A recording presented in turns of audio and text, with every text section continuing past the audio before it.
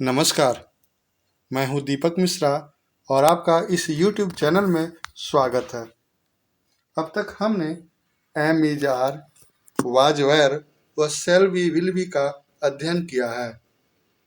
आज से हम आर्टिकल का लेसन शुरू करेंगे।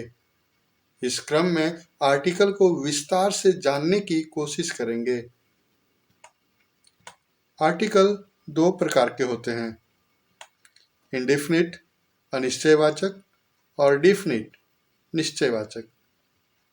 अनिश्चयवाचक में अ और एन आता है, वहीं निश्चयवाचक में द। आपने कभी द बोलते सुना होगा तो कभी दी। वास्तव में ये दोनों उच्चारण सही हैं, लेकिन इसके बारे में मैं बाद में बताऊंगा। फिलहाल हम ए और एन के बारे में चर्चा करेंगे। ए और एन, जैसे this is a cow, this is an ox, I am a teacher, I am an artist, he is an officer. This is a cow यानी यह एक गाय है। दिस इज एन ऑक्स, यह एक बैल है। आई एम ए टीचर, मैं एक शिक्षक हूँ। आई एम एन आर्टिस्ट, मैं एक कलाकार हूँ। ही इज एन ऑफिसर, वह एक ऑफिसर है, अधिकारी। तो हम देखते हैं काव के पहले ए लगा है, ऑक्स के पहले एन लगा है, टीचर के पहले ए लगा है और आर्टिस्ट के पहले एन लगा है, ऑफिसर के पहले एन लगा है। ए और एन हमेशा सिंगुलर काउंटेबल नाउन में लगता है। सिंगुलर मतलब आप समझ ही रहे हैं। सिंगुलर यानी एक वचन, और काउंटेबल यानी जिसकी गिनती की जा सकता हो, यानी गणनीय। तो सिंगुलर काउंटेबल एक वचन और गिनती की जा सकती है, नाउन। अब आपका सवाल होगा नाउन क्या होता है।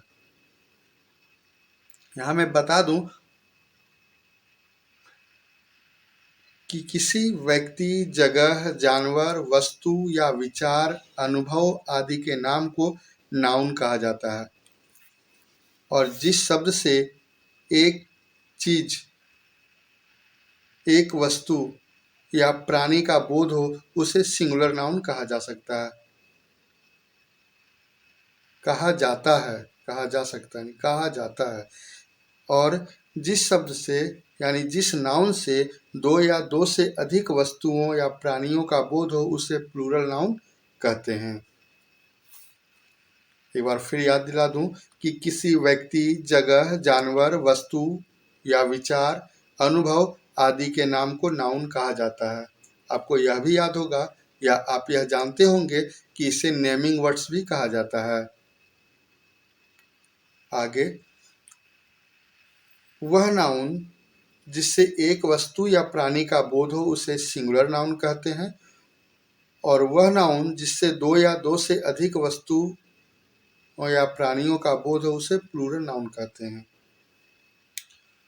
और काउंटेबल यानी जिसकी गिनती की जा सकती हो, और अनकाउंटेबल जिसकी गिनती ना की जा सकती हो, यानी गणनीय और अगणनीय। तो ए एन का प्रयोग हमेशा सिंगुलर काउंटेबल नाउन में प्रयोग होता है। ए एन हमेशा सिंगुलर काउंटेबल नाउन में लगेगा। सिंगुलर यानी एक वचन, काउंटेबल गणनीय, और नाउन किसी का भी नाम हो सकता है। अब आगे बढ़ते हैं। ए का प्रयोग उस शब्द के पहले होता है जिसका उच्चारण व्यंजन ध्वनि से शुरू होता है। व्यंजन ध्वनि यानी कॉन्सोनेंट साउंड। आप समझ गए होंगे कि मैं व्यंजन वर्ण की बात नहीं कर रहा हूं। I am not talking about consonant letters, but I am talking about consonant sound, ध्वनि की बात कर रहा हूं। इससे पहले अभी हमने देखा एक काव, तो काव के पहले ए इसलिए लगा क्योंकि काव की शुरुआत कॉन्सोनेंट साउंड से हो रही है, व्यंजन ध्वनि से। ए टीचर, ठीक उसी तरह टीचर में भी टीचर शब्द की शुरुआत व्यंजन ध्वनि से हो रही है। फिर हमने देखा एन ऑफिसर, यानी ऑफिसर की जो ऑफिसर शब्द है उसकी शुरुआत ओ लेटर से यानी स्वर वर्ण से, स्वर्ण ध्वनि से हो रही थी। एन का प्रयोग उस शब्द के पहले होगा जिसका उच्चारण स्वर ध्वनि से शुरू होता है, यानी वॉवेल साउंड से। अब ए का प्रयोग, ए हॉर्स, हॉर्स के साथ ए लग रहा है क्योंकि हॉर्स की शुरुआत व्यंजन ध्वनि से हो रही है।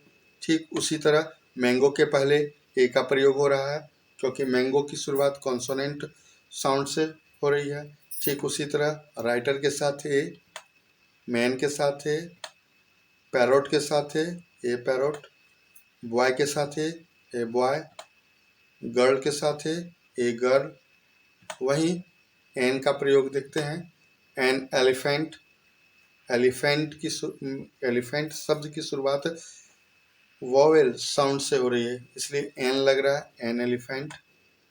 N egg, an ox, an ass, an owl, an editor और एन ऑनेस्ट एडिटर। यहाँ आप देखिए, यहाँ ऑनेस्ट जो शब्द है यह एच से शुरू हो रहा है, बावजूद इसका उच्चारण अ से शुरू हो रहा है, ऑनेस्ट। तो यहाँ आपको खास ध्यान देना है कि किसी भी शब्द की शुरुआत को हम लेटर के हिसाब से ना देखकर उच्चारण के हिसाब से देखेंगे, और अगर शब्द का उच्चारण स्वर वर्ण से हो रहा है तो हम उस शब्द के पहले एन का प्रयोग करेंगे। तो ये हुआ एन ऑनेस्ट एडिटर। अब तक आप ए और एन के अंतर को समझ गए होंगे। कुछ और इसके रूल जान लेते हैं। यदि नाउन के पहले एडजेक्टिव हो तो ए एन का प्रयोग एडजेक्टिव के पहले होगा। साथ ही यह भी ध्यान रखना होगा कि ए एन का प्रयोग अपने से सबसे नजदीक आने वाले शब्द के अनुसार होगा। अब आप पूछेंगे, नाउन तो ठीक है, समझ में आ गया, लेकिन ये एडजेक्टिव क्या होता है? तो जो शब्द नाउन या प्रोनाउन की विशेषता बताए उसे एडजेक्टिव कहते हैं। अब जैसे मान लें ए बॉय है, यहाँ बॉय हो गया नाउन, तो उस बॉय की विशेषता है गुड, तो गुड हो गया एडजेक्टिव। तो हम लिखेंगे गुड बॉय, तो हो गया गुड बॉय का एडजेक्टिव है। तो ए का प्रयोग एडजेक्टिव यानी गुड के पहले होगा, न कि बॉय के पहले। तो यह होगा ए गुड बॉय। इसको आगे हम इस तरह से देखते हैं। ही इज ए मैन, वह एक आदमी है। यहाँ मैन है, मैन के पहले ए लगा हुआ है, ए मैन, क्योंकि यहाँ एडजेक्टिव नहीं है। लेकिन अगले सेंटेंस में ही इज एन ओल्ड मैन, यहाँ मैन का एडजेक्टिव क्या हुआ?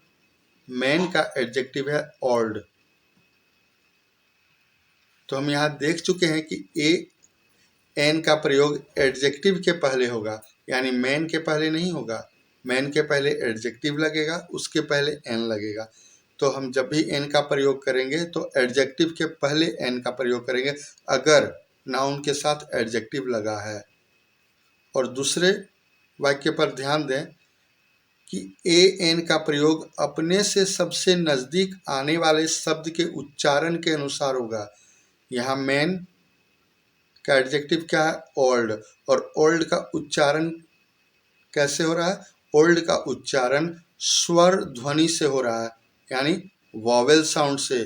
तो वॉवेल साउंड के पहले क्या लगाते हैं? एन का प्रयोग करते हैं, एन लगाते हैं, तो ओल्ड मैन के पहले क्या लगेगा? एन ओल्ड मैन लगेगा। तो ही इज ए मैन, लेकिन ही इज एन ओल्ड मैन, क्योंकि मैन के पहले एडजेक्टिव लगा है। He is a good man. अब यहाँ गुड यानी जो एडजेक्टिव है, इस एडजेक्टिव वर्ड की शुरुआत कॉन्सोनेंट साउंड से हो रही है, इसलिए इसके पहले ए लगा। ही इज ए गुड टीचर, यहाँ भी गुड के पहले ए लग रहा है। राम इज एन एडिटर, यहाँ एडजेक्टिव नहीं है, फिर भी एडिटर एंड एडिटर। अब आते हैं दूसरा सूत्र में। यदि नाउन के पहले एडवर्ब प्लस एडजेक्टिव हो, यानी नाउन के पहले एडजेक्टिव हो और उसके पहले अगर एडवर्ब लग जाए तो ए एन का प्रयोग एडवर्ब के पहले होगा। अब आप पूछेंगे एडवर्ब क्या होता है?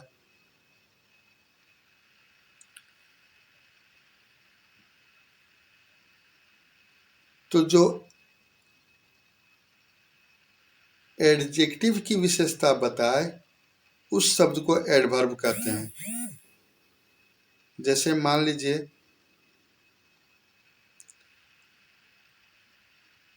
ओल्ड है, ओल्ड के पहले हम लगाते हैं वेरी, तो हो जाएगा वेरी ओल्ड, यानी व्यक्ति, एक व्यक्ति। एक व्यक्ति के पहले एडजेक्टिव लगा देते हैं तो हो जाता है एन ओल्ड मैन, और एन ओल्ड के मैंने पहले हम एडवर्ब लगाते हैं वेरी एडवर्ब, तो हो जाएगा ए वेरी ओल्ड मैन। तो हमको आप कोशिश करता हूँ मैं आपको इस उदाहरण के साथ समझाने की कोशिश करूँ। जैसे ही is A very good man, man है, उसके पहले गुड लगा, यानी गुड हो गया एडजेक्टिव, और इस एडजेक्टिव के पहले लगा वेरी जो एडवर्ब है। तो अगर नाउन के पहले एडजेक्टिव प्लस एडवर्ब हो तो ए एन का प्रयोग एडवर्ब के पहले होगा, तो ये वर्ब वेरी हो गया एडवर्ब, तो ए एन का प्रयोग कहाँ होगा? वेरी के पहले होगा, ये यहाँ। तो यह हो गया ही is A very good man. और ए एन का प्रयोग अपने से सबसे नजदीक आने वाले शब्द के उच्चारण के अनुसार होगा, तो यह हुआ ही is A very good man. Very क्या है? वेरी शब्द की शुरुआत कॉन्सोनेंट साउंड से हो रही है, यानी व्यंजन ध्वनि से, और व्यंजन ध्वनि के पहले सदैव ए का प्रयोग होता है, तो यहाँ वेरी के पहले ए लगेगा, तो हो गया ए वेरी गुड मैन। उम्मीद करता हूँ मैं आपको समझा पा रहा हूँ। ठीक उसी तरह अगला सेंटेंस है, Ram is an honest editor. An हमेशा ऑनेस्ट के पहले लगेगा, क्योंकि एडजेक्टिव के पहले लगाना है, तो एन, यहाँ एन का उच्चारण ऑनेस्ट के हिसाब से हो रहा है। एन का प्रयोग ऑनेस्ट के उच्चारण के हिसाब से हो रहा है, न कि एडिटर के उच्चारण के हिसाब से। ऑनेस्ट भले ही एच से शुरू हो रहा हो, लेकिन इस शब्द की शुरुआत वॉवेल साउंड से हो रही है, इसलिए ऑनेस्ट के पहले एन का प्रयोग हो रहा है। Ram is a very honest editor, यानी वेरी के पहले ए लगा। अब हम ट्रांसलेट करते हैं कुछ वाक्यों का अंग्रेजी में। आप एक कवि हैं, क्या होगा? You are a poet. Poet के पहले ए लगेगा, क्योंकि पोएट की शुरुआत व्यंजन ध्वनि से, यानी कॉन्सोनेंट साउंड से हो रही है। ठीक उसी तरह आप एक आदर्श कवि हैं, you are an ideal poet, यहाँ एन लगेगा। क्यों एन लग रहा है आप खुद समझ सकते हैं। आप एक प्रसिद्ध कवि हैं, you are a famous poet. Poet के पहले एडजेक्टिव लग रहा है।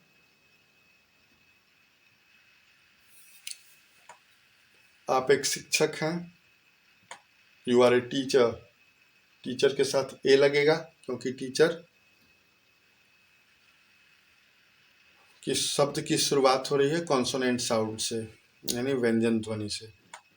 आप एक ईमानदार शिक्षक हैं, यहाँ ईमानदार ऑनेस्ट हो रहा है, you are an honest teacher. आप एक बेईमान शिक्षक हैं, यू आर ए डिजॉनेस्ट।